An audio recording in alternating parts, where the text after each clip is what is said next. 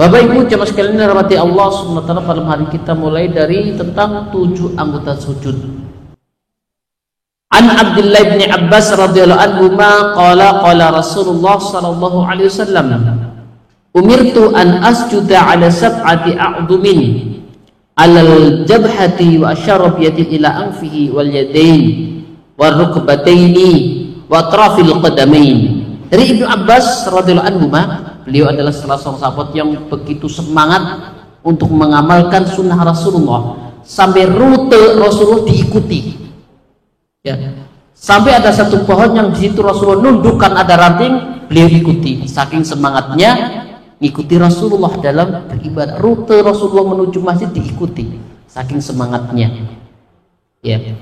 Ia berkata, Rasulullah sallallahu alaihi wasallam bersabda, aku diperintahkan untuk sujud dengan 7 anggota badan, yaitu kening. Ya, dan beliau menunjukkan termasuk hidung. Ya.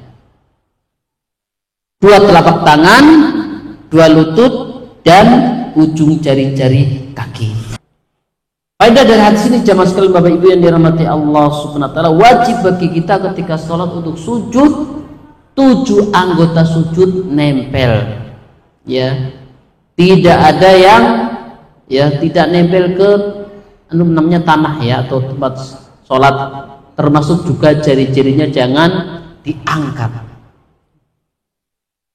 Hadis berikutnya, an Nabi Hurairah radhiyallahu anhu qala kana Rasulullah sallallahu alaihi wasallam idza qama ila salati yukabbiru hina yaqumu thumma yukabbiru hina yarka'u thumma yaqulu sami Allahu liman hamidah hina yarfa'u sulbahu minar raq'ati thumma yaqulu wa huwa qa'imun rabbana walakal hamdu summa yukabbiru hina yahwi summa yukabbiru hina yarfa' ra'sah summa yukabbiru hina yasjudu summa yukabbiru hina yarfa'u ra'sah summa yaf'alu dhalika fi sholati kulliha hatta yaqtiha wa yukabbiru hina yaqumu minas sintaini ba'dal julus. Dari Abu Hurairah radhiyallahu anhu, ia berkata Rasulullah sallallahu alaihi wasallam, dan kita sudah sering menyinggung kisah Abu Hurairah. Beliau salah seorang sahabat yang banyak sekali meriwayatkan hadis. Ia berkata Rasulullah sallallahu alaihi wasallam jika mengerjakan sholat maka beliau bertakbir ketika berdiri. Ya. Kemudian beliau bertakbir ketika ruku. Kemudian beliau mengucapkan sami Allahu liman hamidah. Ketika menegakkan tulang punggung beliau dari ruku, beliau mengucapkan setelah tegak berdiri, Rabbana walakal hamdu.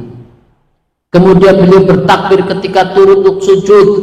Kemudian beliau bertakbir ketika mengangkat kepala dari sujud. Beliau bertakbir ketika sujud, lalu bertakbir ketika mengangkat kepala dari sujud. Kemudian beliau melakukan seperti itu pada semua rakaat sehingga beliau menyelesaikannya, dan beliau bertakbir ketika bangkit dari dua rakaat setelah duduk.